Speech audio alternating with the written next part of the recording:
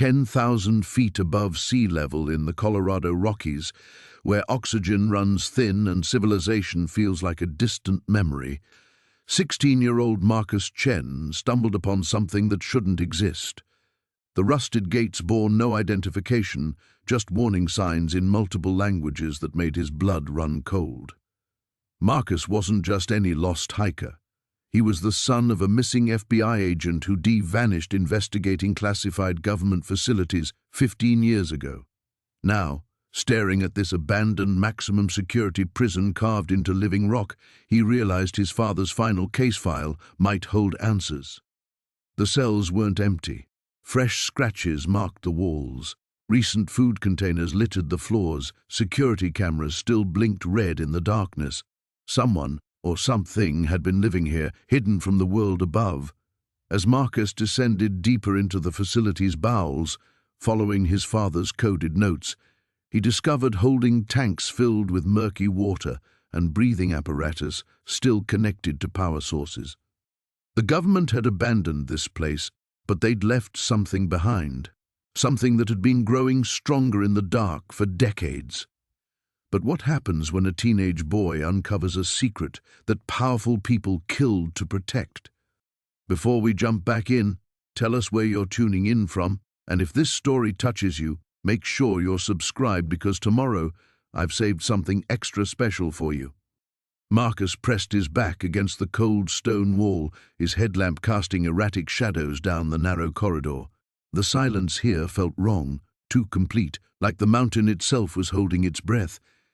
He'd been tracking elk when he'd spotted the facility, its entrance cleverly disguised behind a rockfall that looked natural but revealed geometric precision under closer inspection. His father's journal crinkled in his jacket pocket as he moved deeper into the complex. Agent David Chen had disappeared when Marcus was barely a year old, leaving behind only cryptic notes and a grieving family. His mother had forbidden Marcus from reading the files until his 16th birthday last month. Now he wished he'd remained ignorant. The prison stretched further into the mountain than seemed possible. Emergency lighting strips still functioned, powered by some hidden generator that hummed in the depths. Marcus counted 12 cells on the first level, each one designed to contain something far more dangerous than ordinary criminals. The reinforced doors were built to keep things in, not just keep people out. In the third cell, he found the first real sign of recent habitation. A sleeping bag, still warm. Canned food with expiration dates from last week. Water bottles arranged in precise rows. Someone had been living here, maintaining a careful routine in this buried nightmare. Marcus's breath misted in the frigid air as he examined scratches gouged deep into the stone walls. They formed patterns, deliberate marks that looked almost like tally counts, but the groupings made no sense. Some clusters contained hundreds of lines, others just a few. The newest scratches were sharp-edged, recently made. A sound echoed from somewhere below. Not quite human, but not entirely animal either. Marcus froze, his pulse hammering in his ears. The sound came again, a rhythmic scraping, like claws dragging across metal. It was coming from the lower levels. Against every survival instinct screaming at him to flee, Marcus descended the rusted stairwell. His father's notes mentioned subject containment protocols and Phase 3 trials, terms that meant nothing to him but suggested horrors beyond imagination. Whatever experiments had taken place here, they'd required isolation from the world above. The second level revealed larger chambers with reinforced viewing windows. Laboratory equipment sat abandoned under layers of dust, but some machines still displayed glowing readouts. Centrifuges, incubators, and devices Marcus couldn't identify hummed with patient persistence. Someone had left them running for decades. In the largest chamber, Marcus discovered tanks filled with murky fluid that moved with unnatural currents. Breathing apparatus connected each tank to a central life support system that pulsed with mechanical precision. Whatever had been stored here was meant to stay alive indefinitely. The scraping sound grew louder, more insistent. It was definitely coming from the third level, deeper in the mountain's heart.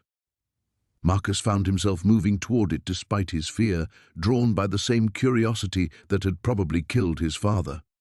At the bottom of the complex, Marcus encountered doors that looked different from the rest. These weren't prison cells, they were holding pens. The steel was newer, reinforced with materials that gleamed even in the dim light. Warning symbols covered every surface, biohazard markers mixed with classifications Marcus had never seen.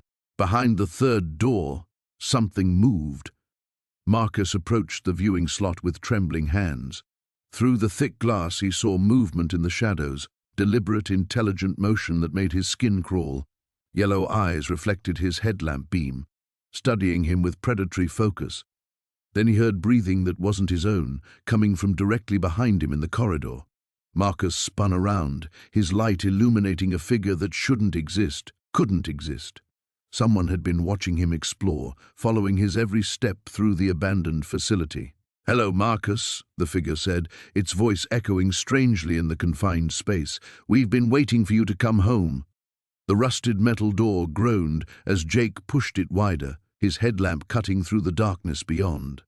The beam revealed a narrow corridor carved directly into the mountain rock, its walls lined with what looked like concrete, reinforced with steel mesh. The air that escaped carried a stench that made him gag, something between rotting vegetation and chemicals he couldn't identify. Every instinct screamed at him to turn around. His grandfather's voice echoed in his memory, "When the wilderness warns you, boy, you listen." But curiosity had always been Jake's weakness, and this discovery was unlike anything he'd ever encountered in years of exploring these mountains. He stepped inside, his boots echoing off the damp walls. Emergency lighting fixtures hung at regular intervals, their bulbs long dead. Water dripped somewhere in the distance, a steady rhythm that seemed to count off the seconds he'd been underground. As his eyes adjusted, he could make out military-style stenciling on the walls, numbers and letters that meant nothing to him but spoke of organization, of purpose. The corridor stretched ahead for maybe 50 yards before branching off in two directions. Jake chose the left passage, following what appeared to be the main thoroughfare. His headlamp swept across mounted signs that read, "Authorized personnel only and security level 5 required beyond this point." Whatever this place was, it wasn't just a storage facility. The passage opened into a larger chamber, and Jake's breath caught in his throat. Rows of cells lined both walls, their heavy steel doors fitted with small viewing windows, reinforced with what looked like bulletproof glass. This was definitely a prison, but unlike any he'd seen in movies or documentaries. These cells were built to contain something far more dangerous than ordinary criminals. He approached the nearest cell, steeling himself before peering through the thick glass. The interior was larger than he'd expected, maybe 10 by 12 feet, with a concrete bench and what might have been a toilet in the corner. But what caught his attention were the scratch marks on the walls, deep gouges in the concrete that would have required inhuman strength to create. A sound echoed from somewhere deeper in the facility, a low rumble that seemed to vibrate through the floor. Jake froze, his hand instinctively moving to the knife on his belt. The sound came again, rhythmic and deliberate, not the settling of old construction, but something else, something that suggested movement. He forced himself to check more cells, each one revealing similar signs of violence. Walls bore impact marks as if something had repeatedly thrown itself against them. In one cell, dark stains covered the floor in patterns that looked disturbingly like dried blood. But despite the evidence of previous occupancy, every cell appeared empty, until he reached the 7th door. Through the reinforced window, Jake could see something in the far corner of the cell, huddled in shadows his headlamp couldn't quite penetrate. It was roughly human-shaped but wrong somehow, too angular, too still. As he pressed closer to the glass, trying to get a better look, whatever was in there shifted slightly. Jake stumbled backward, his heart hammering. He'd definitely seen movement, but the thing in the corner remained motionless now, as if playing some kind of game. He forced himself to look again, training his headlamp directly through the window. The beam illuminated what had once been a person. The figure was emaciated beyond belief, wearing tattered remnants of what might have been an orange jumpsuit. Its skin had taken on a greyish pallor, and its limbs seemed too long for its torso. But it was the eyes that made Jake's blood freeze, wide open, staring directly at him with an intelligence that was unmistakably aware. The thing's mouth opened, revealing teeth that had been filed or worn to sharp points. It made no sound, but Jake could see its lips moving, forming words he couldn't hear through the thick door. He backed away from the cell, his mind racing. This wasn't possible. Whatever was in there couldn't have survived decades without food or water. Yet it had clearly been watching him, tracking his movement with those terrible eyes. The rumbling sound came again, louder this time, and Jake realized it wasn't coming from the creature in the cell. It was coming from further back in the facility, from areas he hadn't yet explored. Other sounds joined it, scratching, scraping, and what might have been whispers echoing through the concrete corridors. Jake turned and ran. He sprinted back through the passages, his headlamp beam dancing wildly across the walls.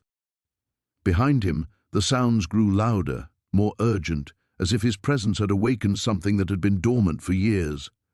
When he finally burst through the camouflaged entrance into the fading daylight, he didn't stop running until he'd put several hundred yards between himself and the hidden facility. Only then did he turn around, gasping for breath, to stare at the mountainside that concealed such horrors. In the distance, he could swear he heard something howling from deep underground. The rusted metal door groaned as Marcus forced it wider, his headlamp cutting through the darkness beyond. The beam revealed a narrow corridor stretching into the mountain's belly, concrete walls weeping with decades of moisture. The air that rushed out carried a smell that made his stomach clench, something organic and wrong, like meat left too long in a warm cellar. He should leave. Every survival instinct his grandfather had drilled into him screamed to back away from this place and never look back. But curiosity had always been Marcus's fatal flaw, the thing that drove him deeper into the wilderness than any sane 16-year-old should venture. The corridor extended about 30 feet before opening into what looked like a central hub. Marcus's footsteps echoed off the walls, each sound seeming to whisper back from the depths ahead. Emergency lighting fixtures hung dark and useless from the ceiling, their glass covers shattered long ago. Whatever this place was, it had been abandoned for decades. As he reached the hub, his headlamp revealed the true scope of what lay hidden beneath the mountain. 3 corridors branched off in different directions, each lined with heavy steel doors. The architecture was unmistakably institutional, a prison, just as he'd suspected. But the design was wrong somehow. The doors were too thick, too elaborate, and they all sealed from the outside with mechanisms he'd never seen before. A placard on the wall caught his attention. The metal was green with corrosion, but he could still make out fragments of text: Black Site Omega, Authorized Personnel, Level 5 Containment. The rest was illegible, eaten away by time and moisture. Marcus chose the left corridor and approached the first door. A small viewing slot was built into the steel, covered by a sliding panel. His hand trembled as he reached for it, then stopped. What if something looked back? The thought was ridiculous. This place had been sealed for decades. Nothing could have survived down here without food, without... A sound echoed from somewhere deeper in the facility. Soft, rhythmic, almost like breathing, but not quite. Marcus froze, his headlamp beam dancing across the walls as his hands shook. The sound came again, definitely from one of the other corridors. He forced himself to slide open the viewing panel. The slot revealed a cell perhaps 8 feet square, empty except for what looked like the remnants of a cot and a hole in the floor that probably served as a toilet. Scratch marks covered the walls, long, deep gouges that looked almost like claw marks. But that was impossible. Humans didn't have claws. The next 3 cells told similar stories, empty now, but showing signs of long habitation. Food trays lay scattered and corroded on the floors. In one cell, he found what looked like journals, the pages too deteriorated to read. In another, strange symbols had been carved into the concrete walls with obsessive precision. The breathing sound came again, closer this time. It was definitely coming from the center corridor. Marcus's rational mind catalogued possibilities as he made his way toward the sound. Animals could have found another way in. Bears, maybe, or mountain cats.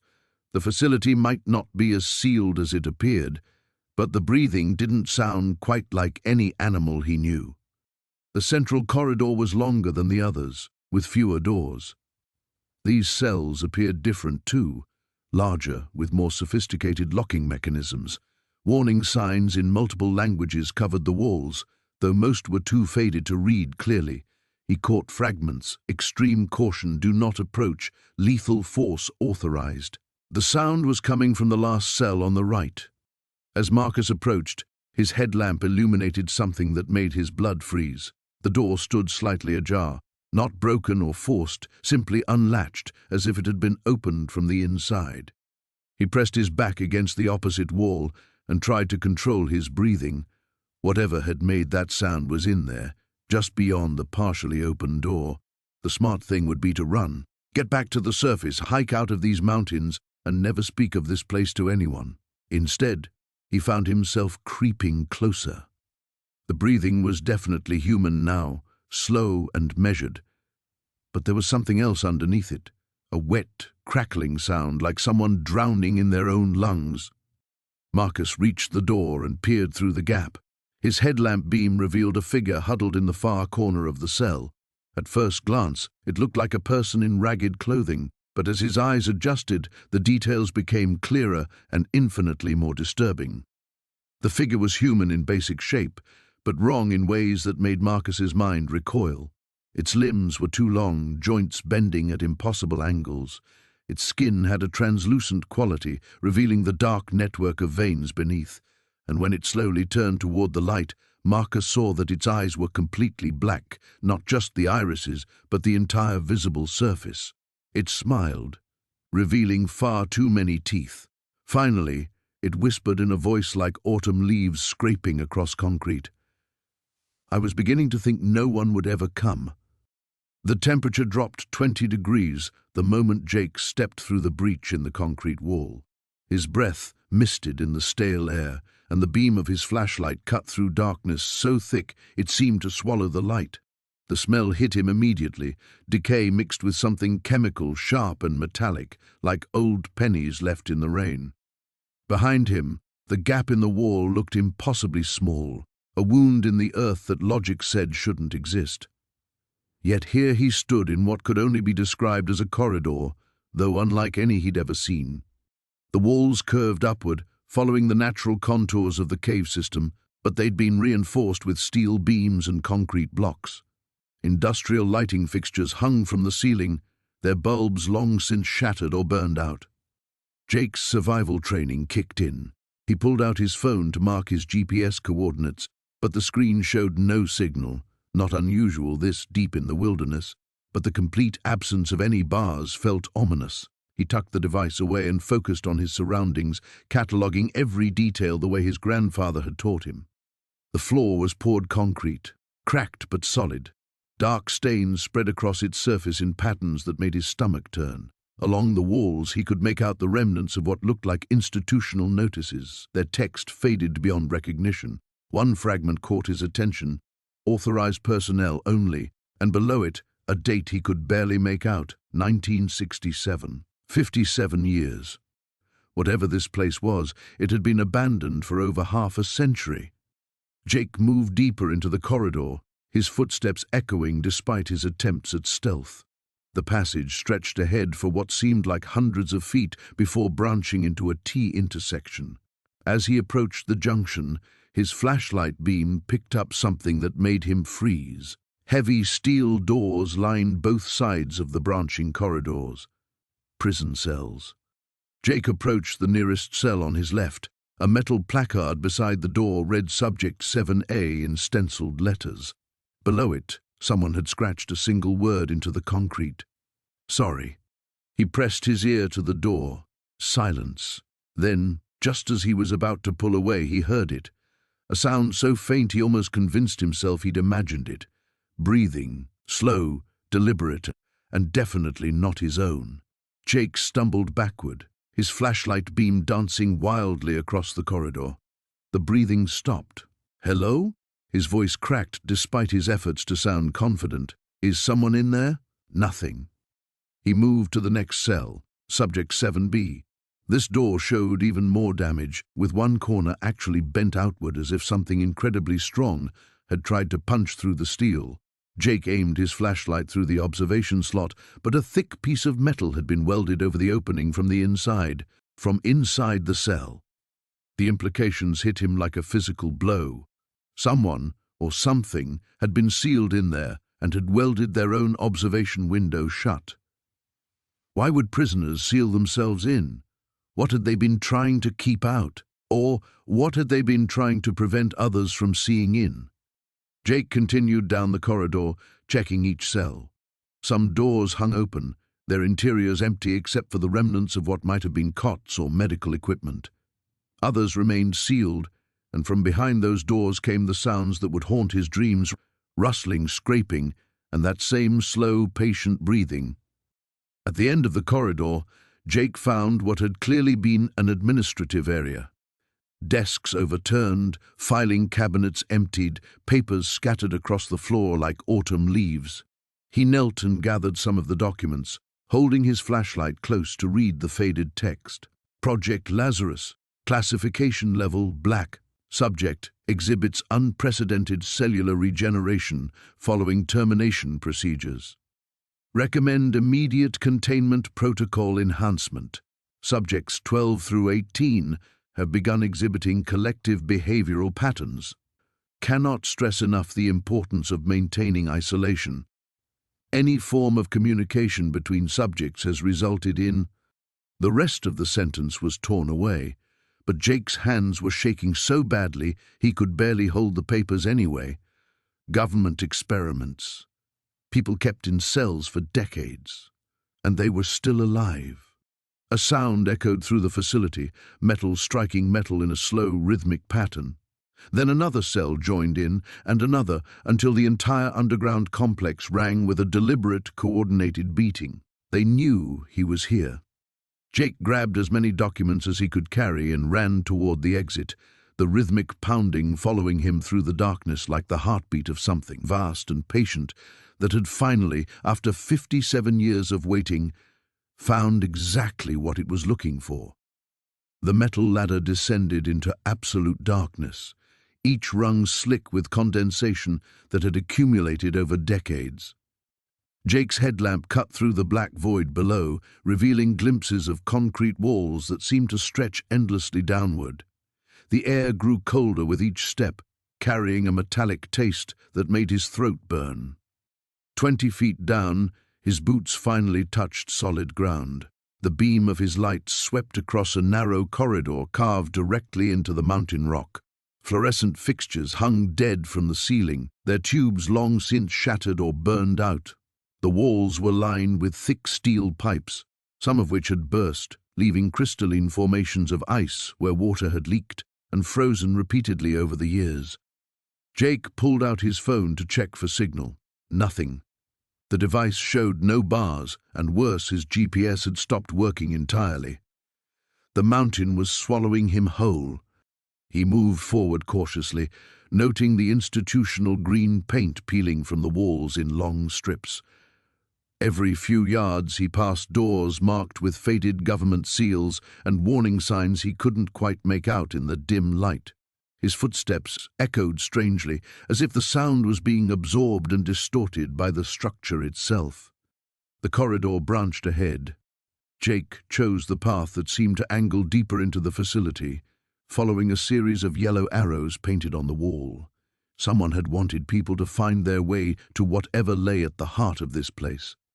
After 10 minutes of walking, he reached a checkpoint, a reinforced steel door with a small window of thick glass. The door stood slightly ajar, its electronic locks long dead. Jake squeezed through the gap and found himself in what had once been a security station. Banks of monitors covered one wall, their screens dark and cracked.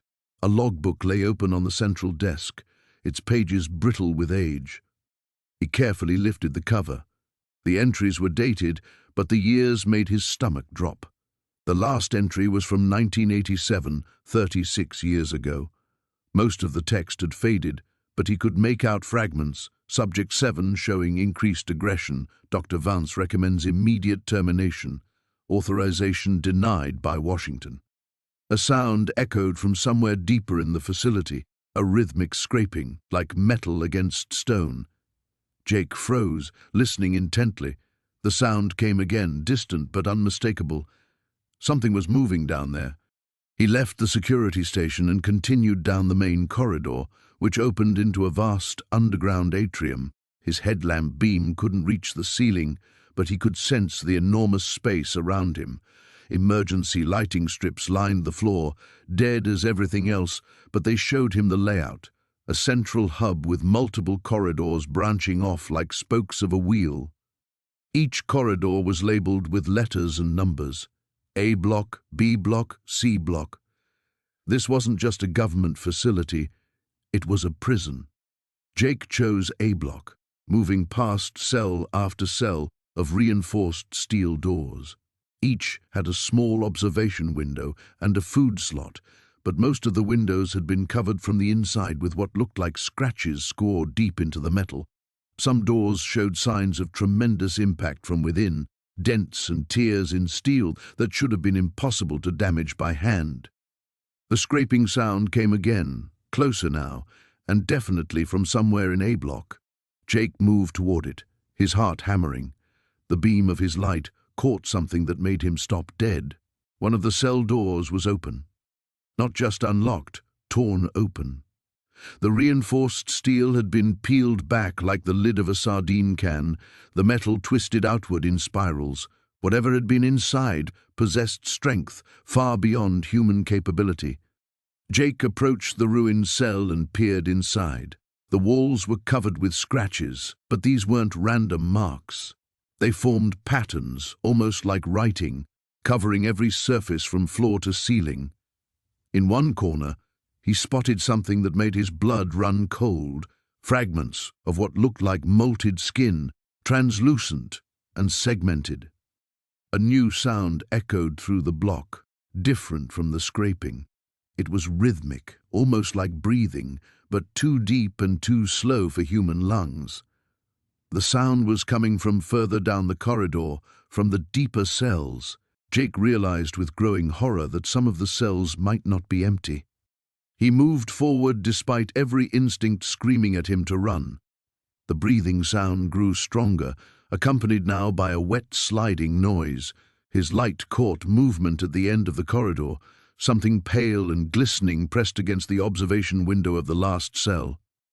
As he drew closer, the thing in the cell seemed to sense his presence. The breathing quickened, becoming almost excited.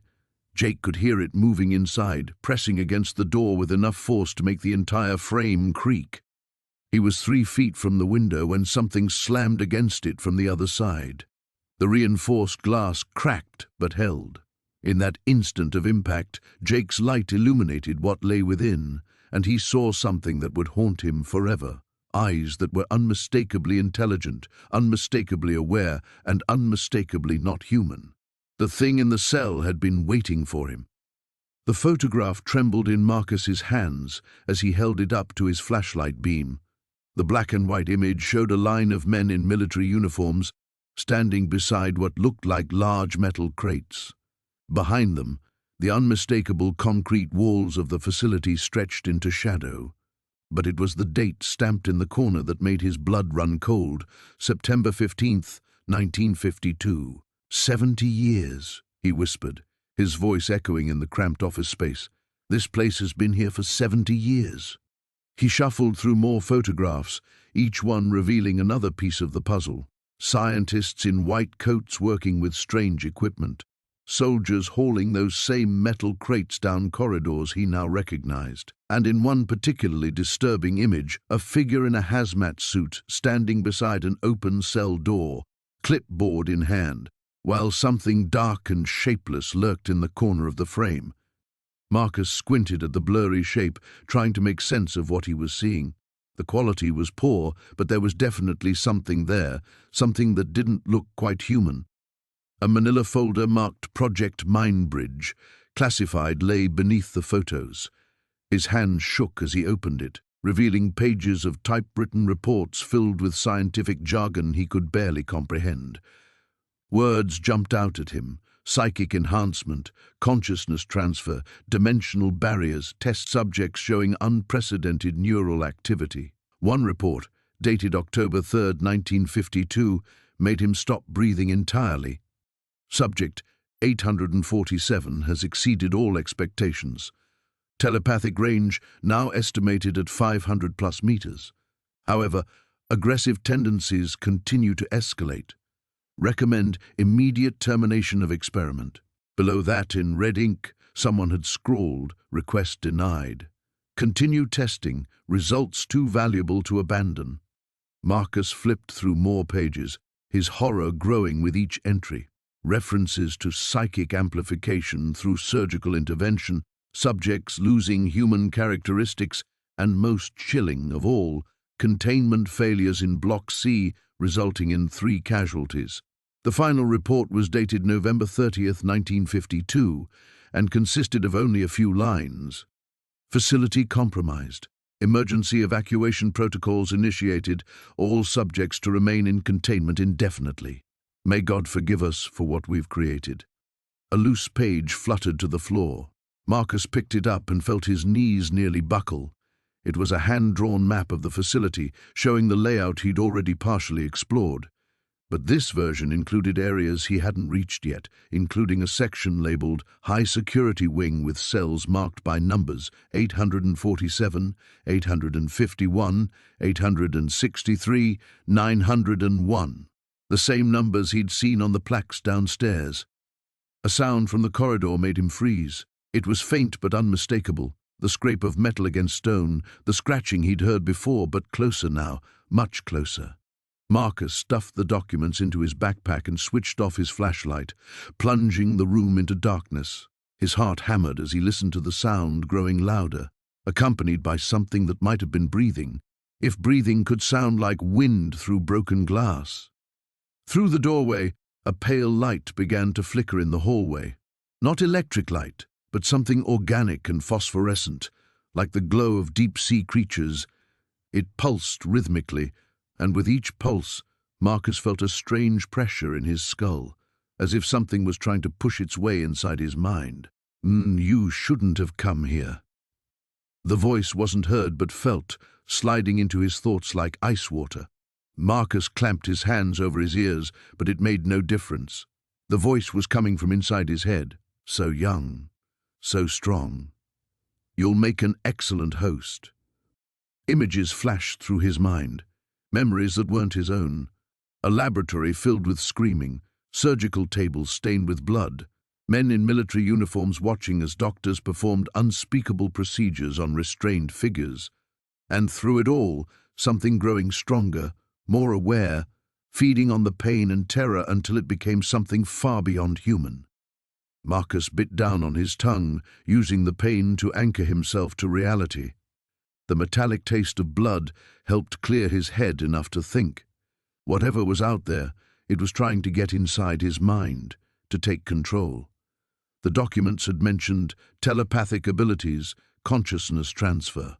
The creature wasn't just physically dangerous, it could possess him. The phosphorescent glow was directly outside the office now. Marcus could hear something sliding across the floor, wet and heavy. Through the doorway, he caught a glimpse of movement, something that might once have been human but had been twisted into an impossible configuration of limbs and exposed tissue. Don't fight it. It only hurts more when you fight. The mental pressure intensified, and Marcus felt his grip on his own thoughts beginning to slip. He fumbled for his backpack, remembering the emergency flare his father had insisted he carry. His fingers found the smooth cylinder just as something pale and multi-jointed appeared in the doorway, dragging itself forward with appendages that clicked against the concrete like broken bones. Marcus yanked the flare's trigger, and brilliant red light flooded the corridor. The flashlight beam cut through the darkness as Jake descended the maintenance shaft, his boots finding purchase on the rusted ladder rungs. Each step echoed in the confined space, a metallic ping that seemed to announce his presence to whatever waited below. The air grew thicker, more oppressive, carrying that same chemical tang he'd noticed earlier but now concentrated to an almost nauseating degree. 30 feet down, his boots hit solid concrete. Jake swept the flashlight in a wide arc, revealing a narrow service tunnel that stretched in both directions. Pipes ran along the ceiling, some corroded beyond recognition, others gleaming as if they'd been recently maintained. That was impossible, of course. This place had been abandoned for decades.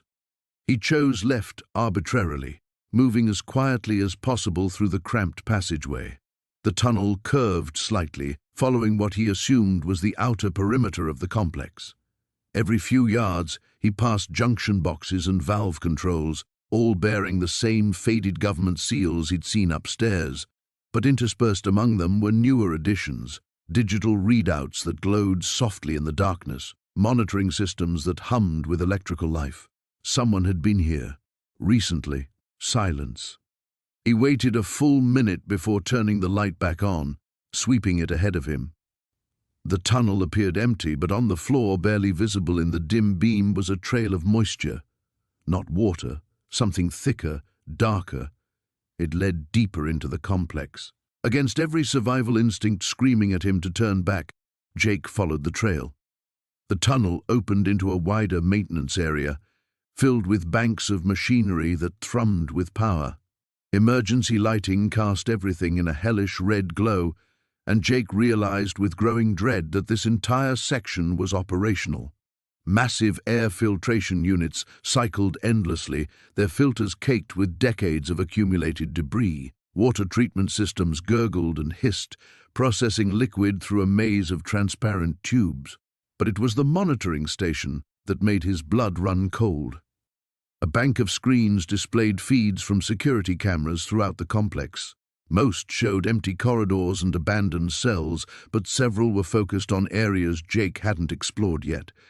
Areas where movement flickered at the edges of the camera's range, and in the center of the display, a larger screen showed the cell block he'd just left, including a clear view of the open cell door. Fresh coffee sat steaming in a mug beside the keyboards. "You shouldn't have come here." Jake spun around, his flashlight beam catching a figure emerging from the shadows.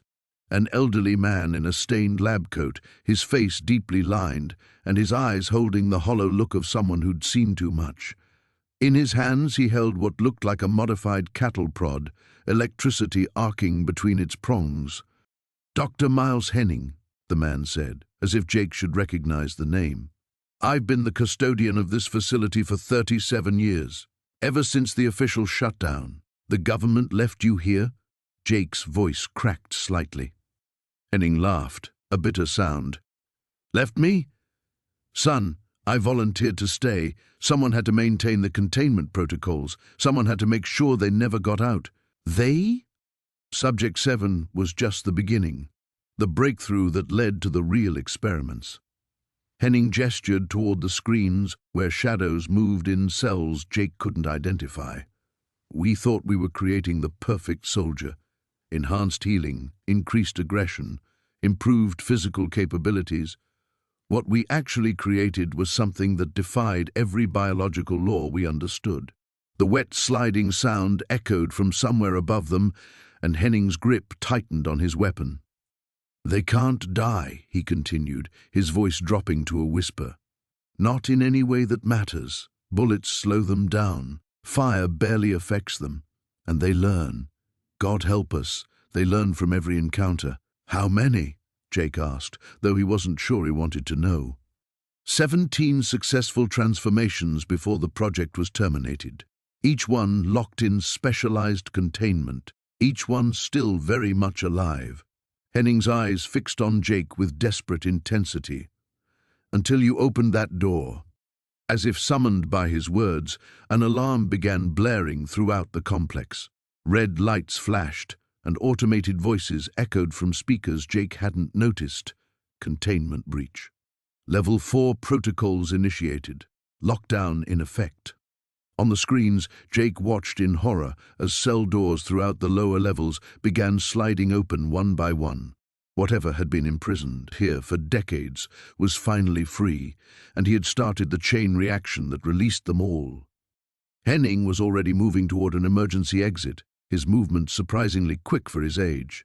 "If we're very lucky," he called over the alarms, "we might reach the surface before they remember how much they hate the people who made them." The metallic screech of the cell door echoed through the corridor as Jake pulled it open wider. His headlamp beam cut through the darkness, revealing a small concrete chamber that reeked of decay and something else, something chemical and sharp that made his eyes water. The walls were covered in scratches, deep gouges that formed patterns, not random marks of desperation, but deliberate symbols carved with methodical precision, numbers, letters, and geometric shapes that seemed to follow some kind of system.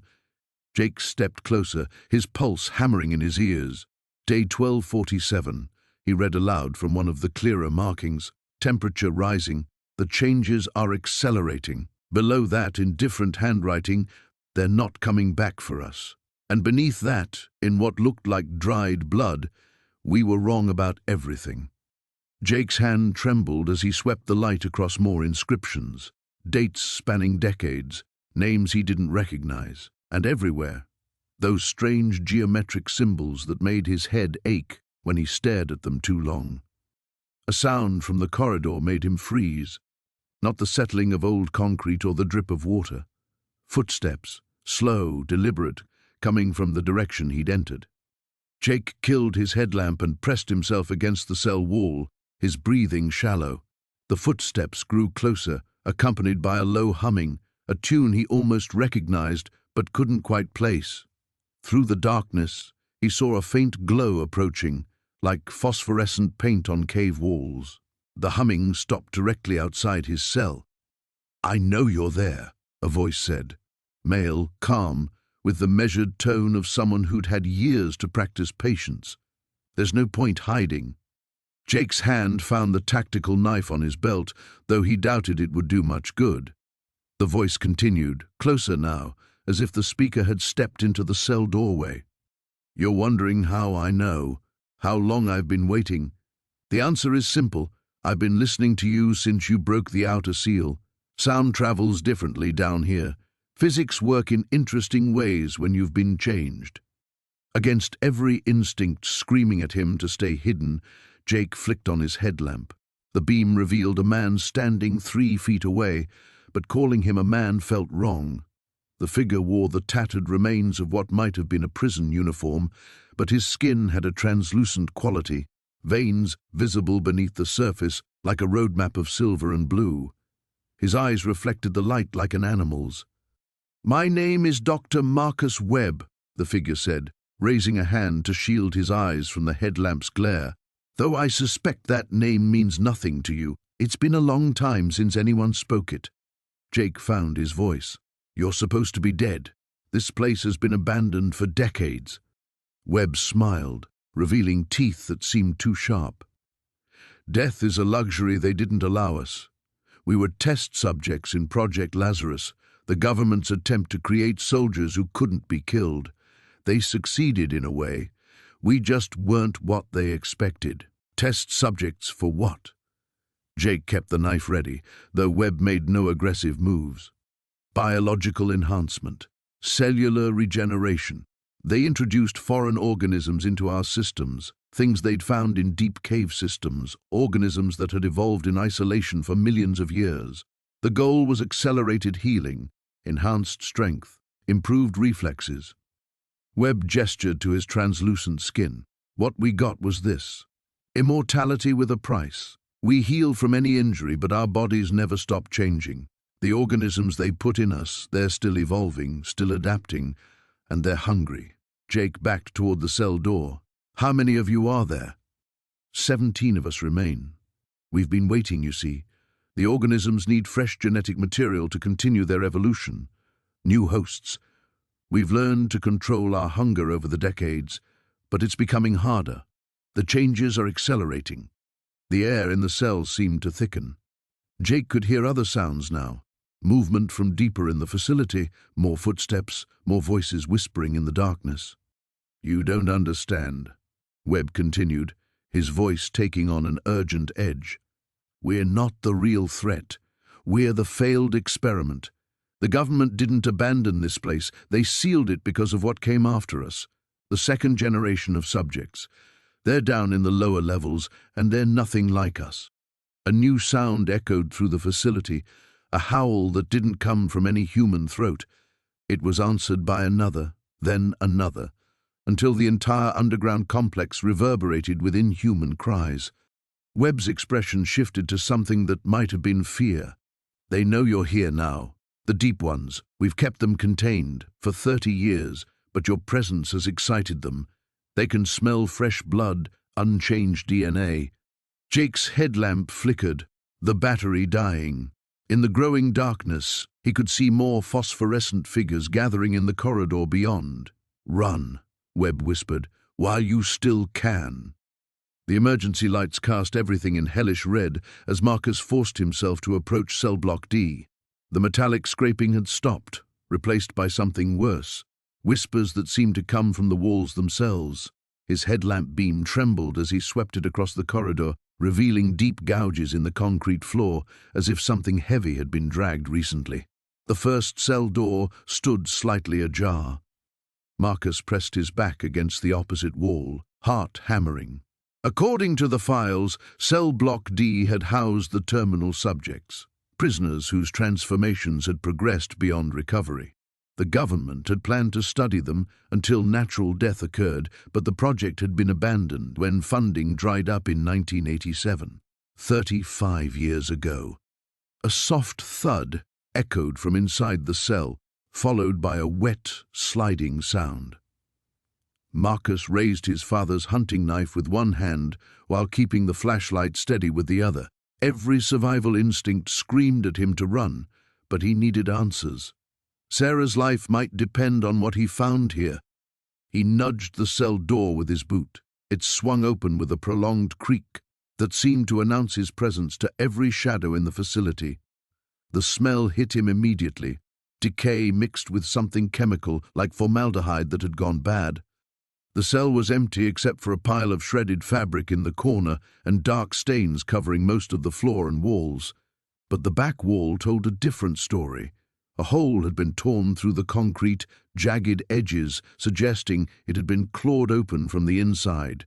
The opening was just large enough for a person to crawl through, leading into absolute darkness.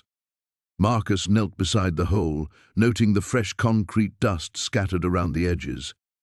This wasn't decades old. Something had broken out recently, very recently. His radio crackled to life, making him jump. "Marcus, please respond. The storm's getting worse up here. Where are you?" Sarah's voice sounded strained, frightened. He grabbed the radio, keeping his voice low. "I'm in the detention block. Sarah, something's wrong down here. The cells have been breached from the inside." The transmission cut to white noise. Marcus bolted from the cell, racing back through the corridor toward the elevator shaft. He had to reach the surface, had to make sure Sarah was safe.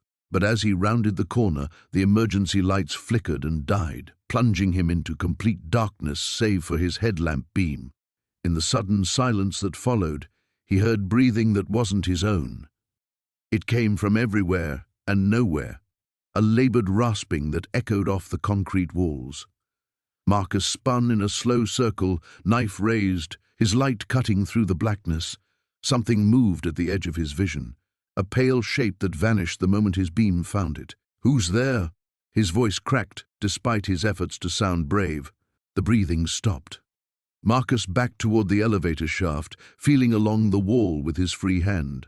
The facility's layout had become a maze in the darkness, every corridor looking identical in the narrow cone of his flashlight. Behind him, he heard the unmistakable sound of footsteps, barefoot on concrete, moving with an unnatural shuffling gait. He broke into a run, his light bouncing wildly as he sprinted through the facility. The footsteps multiplied, echoing from different directions now, as if he was being herded. Panic clawed at his chest as he realized he'd lost his bearings completely. Every corridor led to another, and the exit signs were dark without power. Then he saw it, a faint shaft of natural light filtering down from above, the elevator shaft.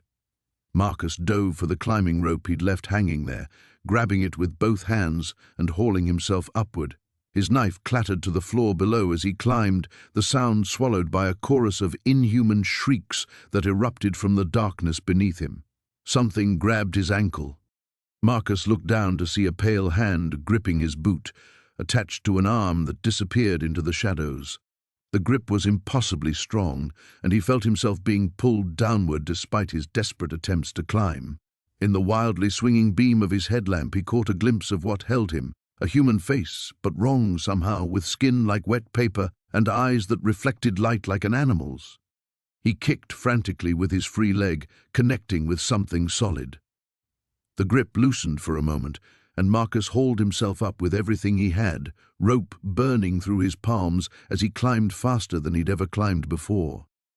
More hands reached up from below, grasping at empty air just inches from his feet.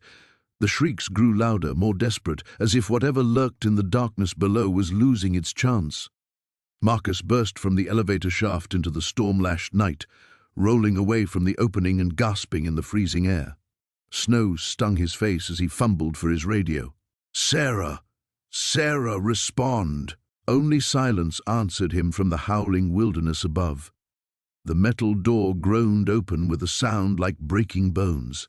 Jake's flashlight beam cut through the darkness beyond, revealing a corridor that stretched deeper into the mountain than he'd imagined possible. The air that rushed out carried the stench of decay and something else, something chemical and wrong. "Jesus," whispered Marcus, covering his nose with his sleeve. "What is that smell?" Dr. Sarah Chen stepped past them both, her own light sweeping methodically across the walls. Formaldehyde, industrial disinfectant, and... She paused, her beam settling on dark stains that painted the concrete floor. Blood. Lots of it. Jake forced himself to move forward, despite every instinct screaming at him to run. The corridor walls were lined with pipes and cables, all leading deeper into the facility. Emergency lighting flickered sporadically overhead, casting dancing shadows that made it seem like the walls themselves were moving. "The power's still on," Marcus observed, his voice tight with fear. "After all these years." "Government facilities often have independent power sources," Chen replied, but Jake noticed her hand trembling as she adjusted her equipment. "Nuclear batteries, geothermal taps, built to last decades." They passed the first cell door on the left. Jake's flashlight beam found a small window reinforced with wire mesh. He approached it slowly, his heart hammering against his ribs. When he peered inside, his breath caught in his throat. The cell was empty, but the walls were covered in scratches, deep gouges in the concrete that formed no recognizable pattern. Some looked fresh. "Dr. Chen," Jake called softly, "you need to see this." She hurried over, Marcus close behind. When Chen saw the scratches, her face went pale. "Those weren't made by human fingernails," she said. "Look at the spacing, the depth. Whatever made these had claws." A sound echoed from deeper in the corridor, a low, rhythmic tapping that seemed to come from everywhere and nowhere at once. They froze, listening. The tapping continued for several seconds, then stopped abruptly. "We should go back," Marcus said, backing toward the entrance. "We should get help, call the authorities." "And tell them what?" Chen interrupted. "That we broke into a classified facility? They'd arrest us before we could explain what we found." Jake was already moving toward the next cell. This one had a placard beside the door. Subject 7, Genetic Modification Program. Authorized personnel only. The window was too dark to see inside, so he tried the door handle. It turned easily. "Jake, don't," Chen started, but he was already pushing the door open.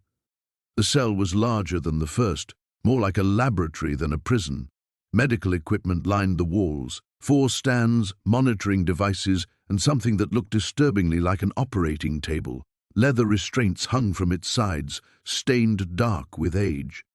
But what drew Jake's attention was the journal lying open on a metal desk. The pages were yellowed and brittle, covered in cramped handwriting. He approached it carefully, his flashlight beam revealing words that made his blood run cold. Day 847. Subject 7 shows remarkable adaptation to the viral modifications. Cellular regeneration has increased by 400%. However, behavioral changes continue to escalate. Subject demonstrates increased aggression and hunting behaviors. Jake flipped the page with shaking fingers. Day 851. Subject 7 has escaped containment twice this week. Security reports strange sounds in the ventilation system. Dr. Morrison believes the modifications may have enhanced auditory and olfactory capabilities beyond our projections. "Jake," Marcus called from the doorway, his voice strained. "We need to leave, now." But Jake kept reading, transfixed by the growing horror in the scientist's notes. Day 856. 3 security personnel found dead in Section C. Autopsy reveals trauma consistent with animal attack, but no animals are present in the facility. Dr. Morrison has ordered Subject 7 to be terminated, but we cannot locate it. The thermal sensors are useless. Its body temperature appears to fluctuate beyond normal parameters. The tapping sound returned, closer this time. Jake looked up from the journal to find Chen and Marcus staring at him with wide eyes. "It's coming from above us," Chen whispered, pointing at the ceiling. Jake stuffed the journal into his jacket and backed toward the door. The tapping had become more frantic, moving across the ceiling in a pattern that suggested something large crawling through the ventilation system. They reached the corridor just as a vent grate crashed to the floor 20 feet ahead of them. Dust and debris showered down, and in the settling cloud, Jake saw something that defied description. Pale flesh stretched over an impossible frame, limbs that bent in ways that human joints never could. 2 eyes, reflecting their flashlight beams like a nocturnal predator's, fixed on them through the haze. For a heartbeat, nobody moved. Then the thing in the dust tilted its head with curiosity that was almost childlike, and spoke in a voice like grinding glass. "Visitors." The metal door slammed shut behind Jake with a finality that made his stomach drop. The sound echoed through the concrete corridors like a death knell, followed by an electric hum as locks engaged automatically. He spun around, yanking on the handle, but the door wouldn't budge.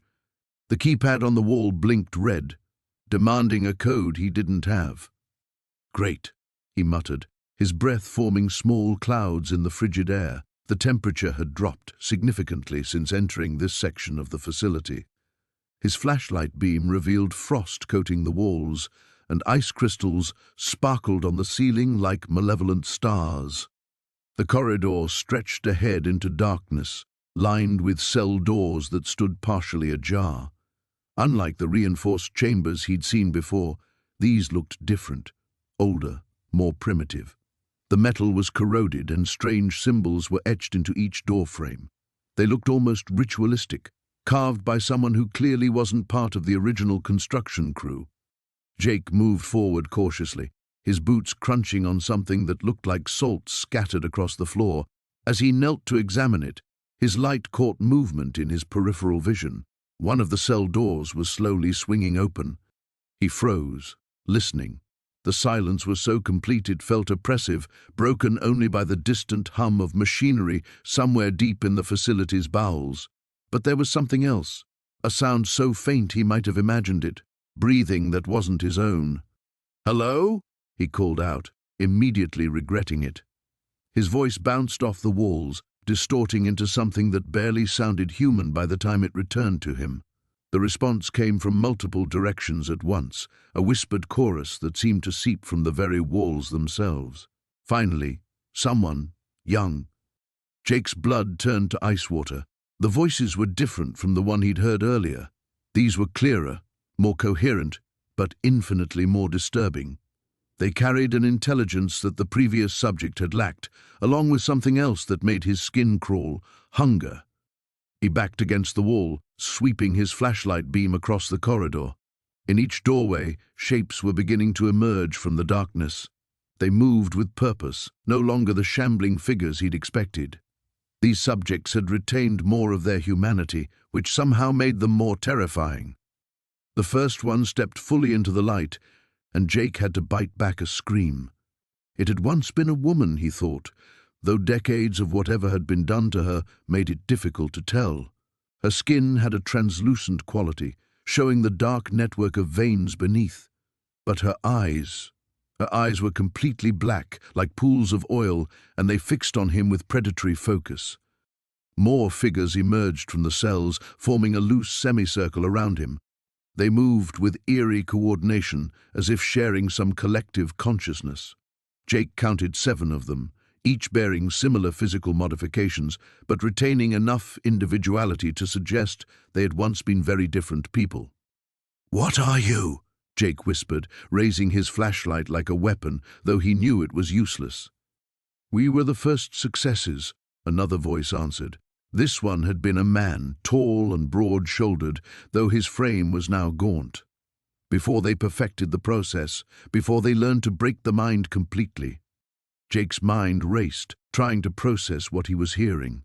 These weren't just subjects of medical experimentation, they were something far worse. The government hadn't been trying to cure diseases or enhance human performance. They had been creating something entirely new. "How long have you been down here?" he asked, surprised by how steady his voice sounded. "Time means nothing in this place," the tall man said. "But we've been waiting for someone like you." "Someone young enough," the woman added, circling closer. "Someone whose body might still accept the gift." Jake pressed himself harder against the wall, feeling the cold concrete through his jacket. "I'm not interested in any gifts." "You don't understand," another voice chimed in, this one belonging to a figure so changed that Jake couldn't determine its original gender. "We can't leave this place. The modifications bind us to it, but you could carry our legacy to the outside world." "All we need," the woman said, now close enough that Jake could smell the antiseptic scent clinging to her skin, "is a few drops of blood. A small injection. You'll hardly feel it." Jake noticed that while they spoke, the subjects had been moving with purpose, cutting off potential escape routes. They weren't just predators. They were intelligent predators, capable of strategy and deception. His hand moved slowly toward the emergency flare in his pocket, hoping the element of surprise might give him an advantage. But as his fingers closed around it, the woman smiled, revealing teeth that had been filed to points. "We can hear your heartbeat, child," she whispered. "We know exactly what you're planning."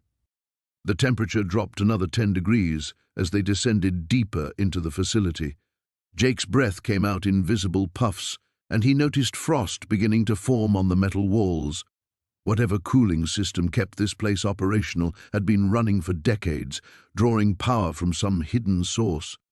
"The files mentioned something called Project Lazarus," Dr. Chen whispered, her voice barely audible above the hum of machinery. "Human consciousness transfer experiments. They were trying to preserve minds beyond biological death." Marcus swept his flashlight across a series of observation windows, each one revealing an empty chamber filled with wires and monitoring equipment. Preserve them in what? These cells looked like they were built for something else entirely. Jake felt the familiar weight of his survival knife against his hip, though he doubted any weapon would be useful against whatever they might encounter. His wilderness training had taught him to read environments, to sense danger before it materialized. Every instinct screamed that they were walking into a trap. The corridor opened into a central hub with 8 passages branching off like spokes of a wheel. Each tunnel was marked with a different designation: alpha, beta, gamma, and so on. Emergency lighting cast everything in an eerie red glow, making their shadows dance on the walls like restless spirits. "The main laboratory should be through Delta Wing," Dr. Chen said, consulting the map she'd photographed earlier.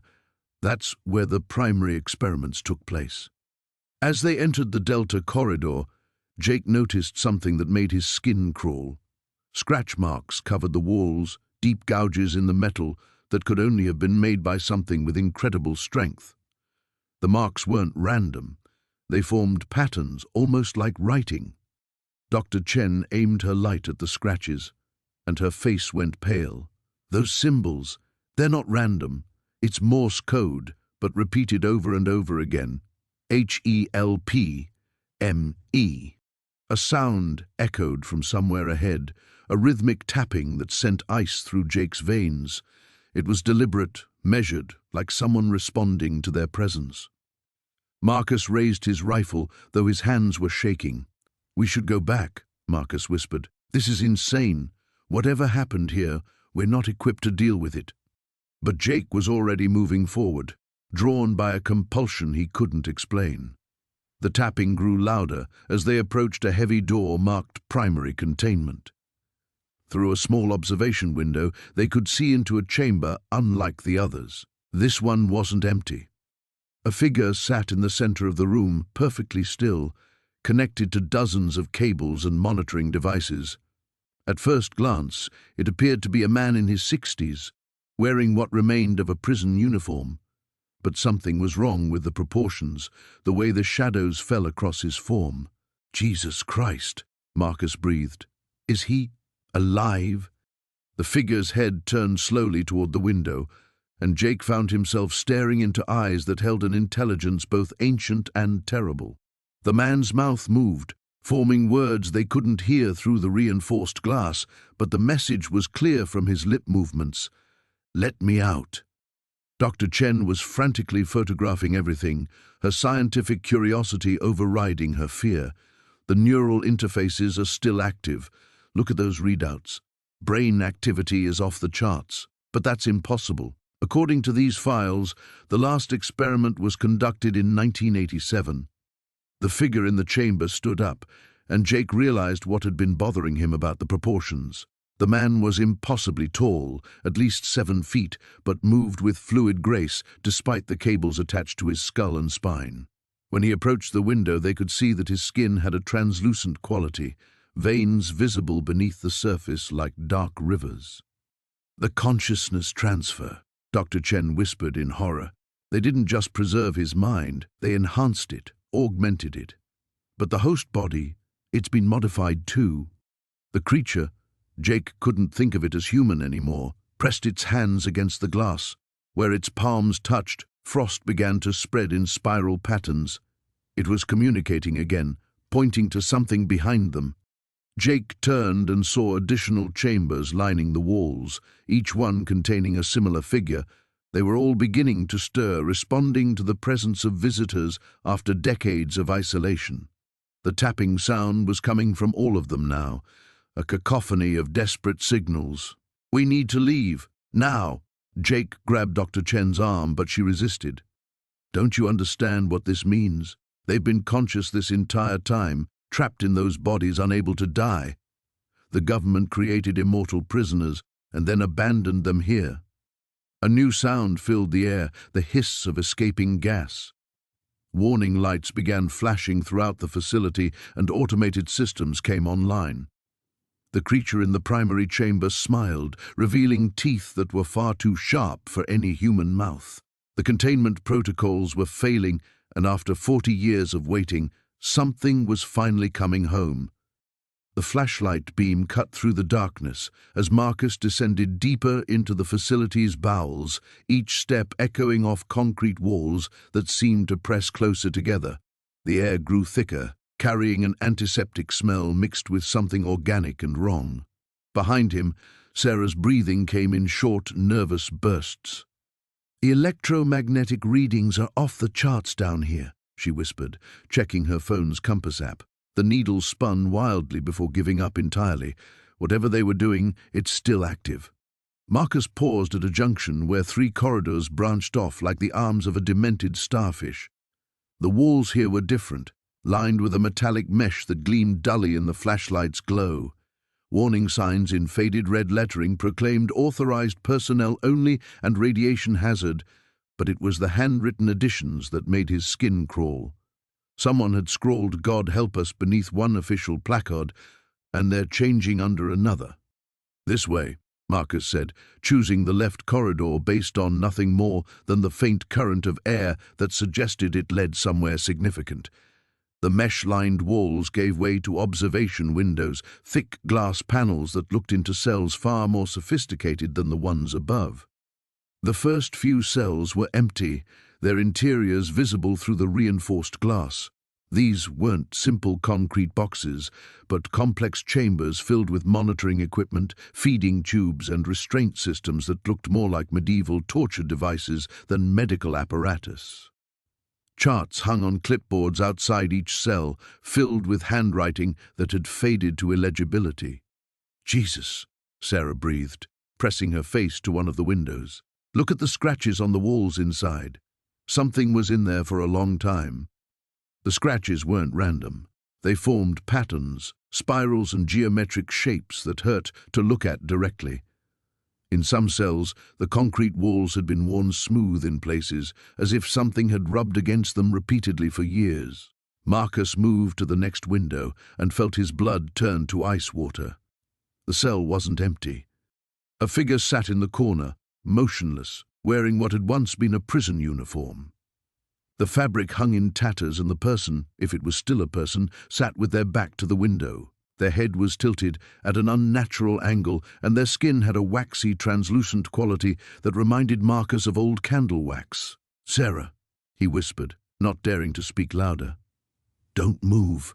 She was already beside him, staring through the glass. "Is it dead?"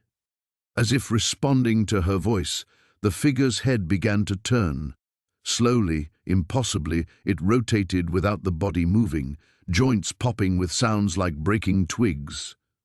When the face came into view, Marcus had to grip the wall to keep from staggering backward. The features were human but wrong, stretched and distorted, as if someone had tried to reshape clay with inexpert hands. The eyes were solid black, reflecting their flashlight beam like an animal's. But it was the mouth that made Marcus's stomach lurch. It opened too wide, revealing rows of teeth that had grown in random directions, some curved backward into the throat. The thing that had once been human pressed its palms against the glass from inside. Its fingers were too long, each one ending in what looked like bone that had grown through the flesh to form crude claws. When it spoke, its voice was a wet whisper that somehow carried through the thick glass. "Visitors," it said, and its mouth didn't move properly with the words. "Been so long since visitors." Sarah grabbed Marcus's arm, her fingers digging in hard enough to leave bruises. "We need to leave, now." But Marcus couldn't look away. The creature's black eyes held an intelligence that was entirely too human. "What did they do to you?" "Made us better," it replied, pressing its face against the glass.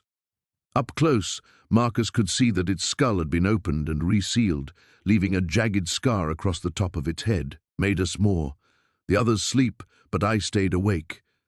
I waited." Waited for what? The creature's too wide mouth stretched into what might have been a smile. "For someone to let us out." Behind them, a sound echoed through the corridor, the distant clang of metal on concrete. Marcus spun around, his flashlight beam revealing nothing but empty hallway. But the sound came again, closer this time, accompanied by a rhythmic scraping like claws on stone. More sounds joined the first, clicking, scraping, and what sounded horribly like laughter. The emergency lighting in the corridor began to flicker, casting dancing shadows that seemed to move independently of their sources. Marcus grabbed Sarah's hand and ran toward the far end of the corridor, away from the approaching sounds. Behind them, the creature in the cell began to laugh, a sound like glass breaking underwater. As they fled deeper into the facility's depths, Marcus realized with growing horror that they weren't just exploring anymore. They were being herded. The steel door slammed shut behind them with a finality that made Jake's stomach drop. The electronic lock engaged with a series of mechanical clicks, each one sounding like a nail being driven into a coffin. Dr. Chen's breathing had become labored, her face pale in the flickering emergency lighting of the observation deck. "The specimens are loose," she whispered, checking the monitors that still functioned. "After 43 years, they're finally free." Jake pressed his face to the reinforced window, peering down into the cell block below. What he saw defied comprehension. The creatures moved with purpose now, no longer the shambling, confused beings he'd first encountered. They clustered around the broken cell doors, their pale flesh seeming to pulse with renewed energy. But it was their behavior that chilled him most. They were coordinating, communicating through subtle gestures and positioning. "They're not just escaped prisoners," Jake said, his voice barely audible. "They're planning something." Sarah moved to another window, her camera still recording despite their dire situation. "Look at how they move together. It's like they share some kind of collective intelligence." Dr. Chen nodded grimly. The neural enhancement program was designed to create perfect soldiers, enhanced strength, accelerated healing, improved cognitive function. But the subjects began developing unexpected connections between their modified brain structures. They started thinking as one entity while maintaining individual consciousness. A thunderous crash echoed from somewhere in the facility. The lights flickered more violently, and Jake could hear the groaning of metal under stress. The creatures were systematically dismantling the prison's infrastructure, but not randomly. They knew exactly which systems to target. "How long before they break through these doors?" Sarah asked, testing the handle even though she knew it was futile. "The observation deck was designed to contain subjects if they breached their cells," Dr. Chen replied. "But that was assuming they remained in their original state. They've had decades to evolve, to adapt. I don't know what they're capable of now." Jake studied the layout visible through the windows, his wilderness survival instincts kicking in. Every environment had escape routes if you knew how to find them. His eyes traced the ventilation shafts, the electrical conduits, the structural supports. There, a maintenance tunnel entrance partially hidden behind a bank of monitors. "There's another way out," he said, pointing. "That tunnel probably connects to the facility's infrastructure network." Dr. Chen followed his gaze. "The maintenance systems, yes, they run throughout the entire complex. But Jake, if we're wrong about where they lead—" "We're dead anyway if we stay here," he interrupted, already moving toward the tunnel entrance. The metal grating came away easily, revealing a narrow passage that disappeared into darkness. Another crash, closer this time. Through the windows, Jake could see that several of the creatures had reached the upper levels. They moved with disturbing fluidity, their enhanced physiology allowing them to navigate the damaged facility with ease. One of them, a figure that might have once been a woman, turned toward the observation deck. For a moment, Jake could have sworn she was looking directly at him. "They know we're here," he breathed. The creature's mouth opened, but instead of sound, Jake heard something else, a whisper that seemed to come from inside his own head. Images flashed through his mind, the facility in its prime, white-coated scientists conducting experiments, subjects screaming as their bodies were transformed, and underneath it all, a growing intelligence, a collective consciousness that had been planning for this moment across decades of imprisonment. "The neural enhancements," Dr. Chen gasped, pressing her hands to her temples. "They're trying to establish contact. The modifications allowed for limited telepathic abilities between subjects, but if they can extend that range—" Sarah stumbled, her camera clattering to the floor. "I can hear them," she whispered. They're grateful to us for freeing them." Jake grabbed both women, fighting against the strange static building in his own mind. "We need to move now, before they can establish a stronger connection." He practically shoved them toward the maintenance tunnel. Sarah went first, followed by Dr. Chen, with Jake bringing up the rear. As he squeezed into the narrow passage, he could hear the observation deck's main door beginning to buckle under tremendous force. But even worse than the physical sounds was the growing presence in Jake's mind, whispers of gratitude mixed with something far more sinister. The creatures weren't just thankful for their freedom. They had plans for the outside world, plans that had been forming and refining for 43 years of captivity. And somehow, Jake realized with growing horror, he and his friends had become part of those plans. "How far down does this go?" Jake whispered, though he wasn't sure why he felt compelled to keep his voice low. "Sub-level 7, Voss replied. "The original laboratory complex. That's where we'll find the master control for the containment systems." The elevator shuddered to a halt, and the doors opened with a mechanical wheeze. The corridor beyond stretched into darkness, lined with reinforced steel doors that bore no markings. Emergency lighting cast everything in a sickly red glow, and the air tasted of ozone and something else, something organic and wrong. The original experiments began here in 1963, Voss explained as they walked. Project Lazarus was designed to push the boundaries of human resilience. We thought we were creating super soldiers. What did you actually create? Jake asked, though part of him dreaded the answer. One of the test subjects behind them spoke, its voice a harmony of different tones. We became something more than human, something that transcends the limitations of individual consciousness. They passed door after door, each bearing blast marks and scratches that looked disturbingly organic. Through the reinforced windows, Jake glimpsed laboratories filled with equipment he couldn't identify, machines that seemed to pulse with their own rhythm, tanks filled with murky fluid, and operating tables stained with substances that definitely weren't blood. They began to connect. Another test subject interjected, individual minds joining into something greater. The researchers called it a collective consciousness. Jake's skin crawled. You mean like a hive mind? More sophisticated than that, the first subject replied. We retained our individual personalities while gaining access to shared knowledge and experience, but the researchers grew afraid of what we were becoming.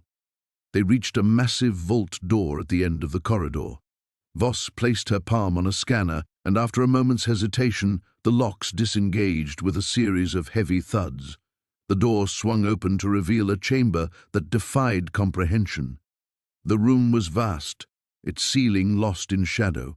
Banks of computers lined the walls, their screens flickering with data streams that moved too fast for human eyes to follow. But it wasn't the technology that made Jake's breath catch. It was the organic growth that covered everything. Thick, vine-like structures had grown through the machinery, pulsing with bioluminescent light. They formed intricate patterns across the walls and ceiling, connecting every piece of equipment in a vast neural network. The air hummed with electrical activity and something else, a sound like whispered conversations just below the threshold of hearing. My God, Jake breathed. What is this place? The heart of Project Lazarus, Voss said, her voice filled with awe and terror. The subjects weren't just connected to each other, they were connected to the facility itself. The entire complex became part of their collective consciousness. One of the test subjects moved to a central console, its hands moving across controls with practiced ease. We've been maintaining the systems for decades, it explained, keeping ourselves contained while we waited for the right moment. Waited for what? Jake demanded. For someone like you, all three subjects spoke in unison. Someone who could bridge the gap between our world and theirs. The screens around them blazed to life, showing images that made Jake's blood run cold. Satellite feeds of cities around the world, personnel files from government agencies, genetic profiles of millions of people. The collective had been watching, learning, preparing. The original containment was never about keeping us in, Voss realized, her voice shaking. It was about giving you time to grow strong enough to survive outside. Correct, the subjects confirmed. We needed to reach critical mass before attempting integration with the broader human population. The process requires willing participants, or at least participants whose genetic profiles show compatibility. Jake backed toward the door, but it had already sealed shut behind them. You're talking about infecting people, turning them into what you are. We prefer the term evolution, one subject said. Humanity is on the brink of destroying itself through war, climate change, and resource depletion. We offer a path to transcendence, a way to overcome the limitations that will otherwise lead to extinction. The organic growths throughout the room pulsed brighter, and Jake felt something pressing against his mind. Not quite thoughts, but a presence that promised knowledge, connection, and purpose, beyond anything he could imagine alone. The choice is yours, the collective whispered through three voices. Join us willingly and help guide humanity's next evolutionary step. Or resist and watch your species destroy itself within the next 50 years. Jake looked at Dr. Voss, seeing his own terror reflected in her eyes. The future of humanity hung in the balance, and somehow the decision had fallen to a 17-year-old who just wanted to survive. "The main entrance is blocked," Elena gasped, blood streaming from a gash on her forehead. "We need another way out." Marcus's mind raced through the facility's layout he'd memorized during their descent. The ventilation shaft near the research wing, it should connect to the old mine tunnels. They stumbled through debris-strewn hallways, past cells with doors torn from their hinges. The silence from within was somehow worse than screams would have been. Whatever had been imprisoned here was gone, dispersed into the mountain like smoke. A figure emerged from the shadows ahead, Dr. Voss, his once pristine lab coat now shredded and stained. His eyes held the same hollow quality Marcus had seen in the test subjects' faces. "You don't understand what you've done," Voss said, his voice unnaturally calm. "Project Mindbridge wasn't a failure. It was a success beyond our wildest calculations." Elena raised the pistol she'd taken from a dead security guard. "Stay back!" Voss laughed, the sound echoing strangely in the confined space. "Bullets won't work on me anymore. The consciousness transfer wasn't one way, you see. When we pulled their minds apart, some of us became receptive, open channels." Marcus felt the temperature drop as Voss stepped closer. The man's shadow seemed to writhe independently of his body, reaching toward them with tendrils of darkness. "The subjects weren't just test cases," Voss continued. "They were anchors, keeping something much larger contained within our little facility. You've cut those anchors loose." Elena fired 3 shots center mass. Voss staggered but didn't fall. Dark fluid leaked from the wounds instead of blood, and Marcus could swear he heard whispers emanating from the holes. "Run," Elena commanded, grabbing Marcus's arm. They sprinted past Voss, who made no attempt to follow. His laughter pursued them instead, growing more distorted with each echo until it no longer sounded human. The ventilation shaft was exactly where Marcus remembered, its grate already hanging open. They squeezed through the narrow opening just as another section of the facility collapsed behind them. The shaft angled upward, following the mountain's natural contours. "What did he mean about anchors?" Elena asked, as they crawled through the cramped space. "I think the test subjects weren't just victims," Marcus replied, his wilderness training helping him navigate the tight confines. They were somehow containing whatever the experiments actually summoned. The consciousness transfer opened doorways, but the subjects' minds were holding them closed. They emerged into a natural cave system Marcus recognized from his earlier explorations. Fresh air carried the scent of pine and snow, promising escape, but as they made their way toward the surface, he noticed something wrong with the shadows on the cave walls. They moved independently, flowing like liquid against gravity. "Elena, look at this." She turned her flashlight toward the walls. The shadows recoiled from the beam but didn't disappear entirely. Instead, they gathered in the darker recesses, watching. "They're following us," she whispered. Marcus nodded grimly. "Whatever was released down there, it's not staying contained in the facility."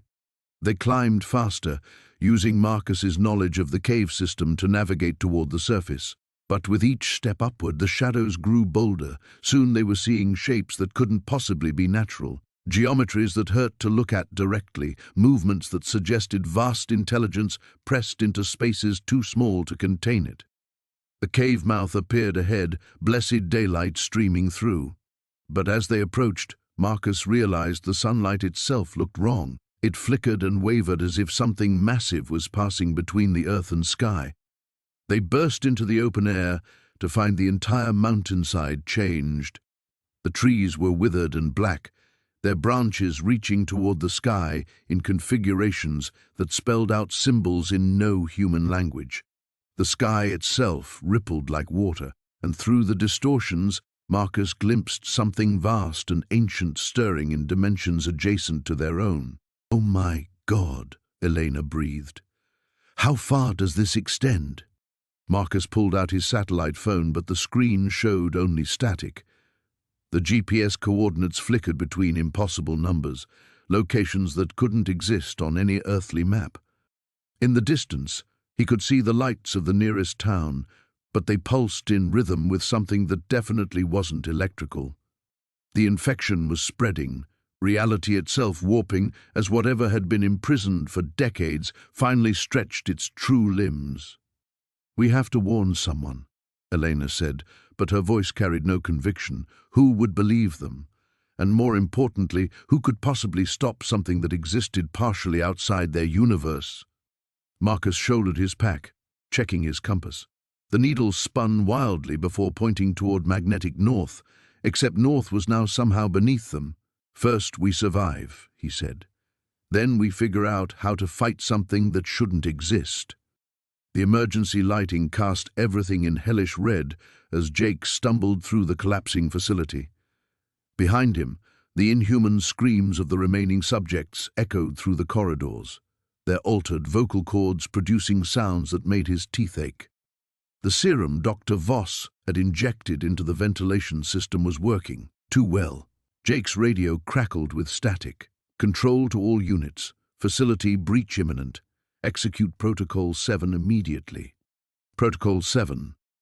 Jake had found the reference in Voss's files just minutes before the chaos erupted. Complete sterilization.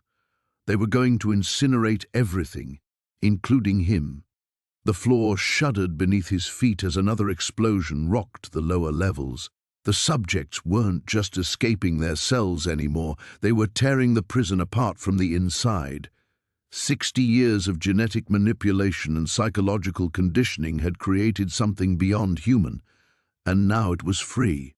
Jake reached the main elevator shaft, only to find the car had crashed 3 floors down. Emergency ladders lined the concrete walls, but climbing them would leave him exposed. The sounds were getting closer, wet, sliding noises that suggested the subjects no longer moved like humans. A new voice cut through the radio static. "Dr. Voss to control.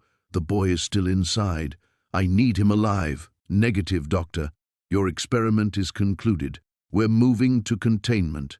It paused, head tilting as if listening. Then those eyes fixed directly on Jake's hiding spot. "Found you," it whispered, in a voice like grinding glass. The service tunnels were his only chance. He'd memorized the facility's layout during his forced study sessions with Voss, and there was an old maintenance shaft that led to the surface. If he could reach it before the bombing started. The wall beside him exploded inward as the subjects smashed through solid concrete. Jake dove forward, rolling as chunks of debris rained down. The thing that had been human pursued him on all fours now, moving with spider-like agility across the ceiling and walls. "The doctors promised us freedom," it hissed. "Promised us evolution. But they made us into monsters. Now we'll show them what monsters can do." Jake's hands found the maintenance panel, fingers flying over the rusted latches. The shaft was barely wide enough for his shoulders, but it was his only option. He squeezed inside just as claws raked the metal where his head had been. Then Jake's radio whispered to life one final time. "Jake." It was his father's voice. Jake's blood turned to ice. His father had been dead for 3 years. "I know you can hear me, son. I know what they've shown you down there." The voice was coming from below, from inside the facility. "Your father volunteered for the program," Dr. Voss's voice cut in. "One of our earliest successes. We've been saving him for you." Jake's hands shook as he continued climbing. It wasn't possible. He'd seen his father's body, attended the funeral, but the voice continued, pleading now. "They kept me alive, Jake. Changed me. I've been waiting so long for you to find me. Please don't leave me here." The shaft above him suddenly brightened. Daylight. Jake climbed faster, his lungs burning with exertion. Behind him, something was climbing too, something that breathed with his father's rhythm but moved with inhuman grace. Jake burst from the shaft into blinding snow and wind. The storm had worsened, but he could see the black shapes of helicopters circling overhead. Military aircraft waiting for the order to eliminate all evidence of what had transpired below. "Please, son." Jake turned back to the shaft opening. In the darkness below, 2 eyes reflected the dim light. Human eyes in an inhuman face. The bone structure was wrong, the proportions twisted by decades of experimentation, but something in those eyes was achingly familiar. "I remember teaching you to track deer," the thing whispered. "Remember the camping trips, the ghost stories by the fire." "That's still me in here, Jake. That's still your father." The helicopters were moving into position. Jake could hear the whine of charging weapon systems. "Help me," his father pleaded. Jake's hand hovered over the shaft's emergency seal. One motion would lock it permanently. The bombing would begin in seconds. The first missile struck the mountain. The emergency broadcast cut through the static of every radio, television, and phone within a 50-mile radius of the facility. Marcus watched through the reinforced observation window as military vehicles streamed down the mountain, rode like ants fleeing a disturbed nest. Behind him, Dr. Sarah Chen worked frantically at the control panel, her fingers dancing across keys that would either save thousands of lives or doom them all. "The containment field is holding, but barely," she said, sweat beading on her forehead despite the underground chill. "If even one of them breaks through—" Marcus didn't need her to finish. He'd seen what the subjects could do, had watched through security footage as Project Lazarus specimens tore through steel doors like paper, their enhanced musculature and bone density making them nearly unstoppable. 40 years of forced evolution in those cells had created something that was no longer quite human. "They know we're here," Dr. Chen whispered, her voice barely audible over the facility's alarm system. "I can feel them, probing." Marcus turned from the window, studying the woman who'd become his unlikely ally when he'd first discovered her hiding in the facility's medical wing. He'd thought she was another victim. Only later did he learn she'd been one of the original researchers kept alive by the specimens for reasons she still didn't fully understand. "The neural link," she continued, her eyes distant. "They've been using me as a conduit to the outside world, learning, planning." She looked at Marcus with haunted eyes. "They know about the evacuation. They know the military is coming." The lights flickered, and somewhere in the depths of the facility, metal screamed against metal. Marcus checked his watch. 15 minutes until the first helicopter arrived with the containment team. 15 minutes to prevent the specimens from reaching the surface. "The thermal charges," Marcus said, remembering the demolition equipment he'd seen in the lower levels. "We could bring down the entire facility." Dr. Chen shook her head. "The explosion would rupture the containment cells. We'd be releasing them directly into the blast debris, scattered across miles of wilderness." She paused, her face pale. "There is another way." Marcus waited as she pulled up a schematic on the main screen. The facility's layout appeared in green lines, with pulsing red dots marking each containment cell. "The original kill switch," she explained. "Dr. Brennan built it into the life support systems before his death, a targeted electromagnetic pulse that would disrupt the specimen's enhanced neural activity.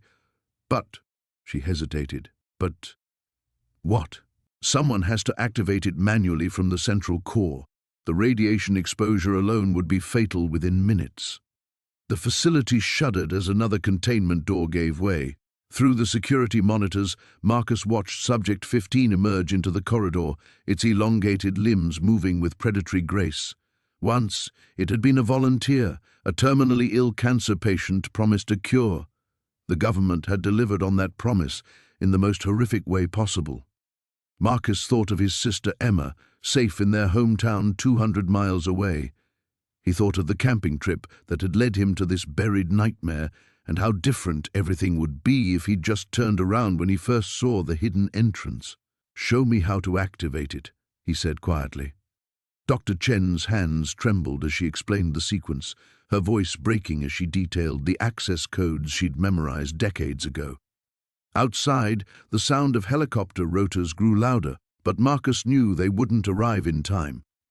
He started toward the central core access, but Dr. Chen grabbed his arm. "Wait." She pulled a small device from her pocket, a recording device. "The world needs to know what happened here, what our government did. Promise me you'll make sure this gets out." Marcus pocketed the device and headed for the access tunnel. Behind him, the observation window cracked as something massive struck it from the corridor beyond. The specimens were almost through. The central core hummed with malevolent energy. Banks of computers and machinery that had kept the experiments alive for 4 decades. Marcus found the manual override panel and began entering the codes Dr. Chen had given him. Each digit brought him closer to ending the nightmare and to his own death. As the final code locked in, Marcus heard Dr. Chen's voice over the intercom, distorted by the growing electromagnetic interference. "Thank you."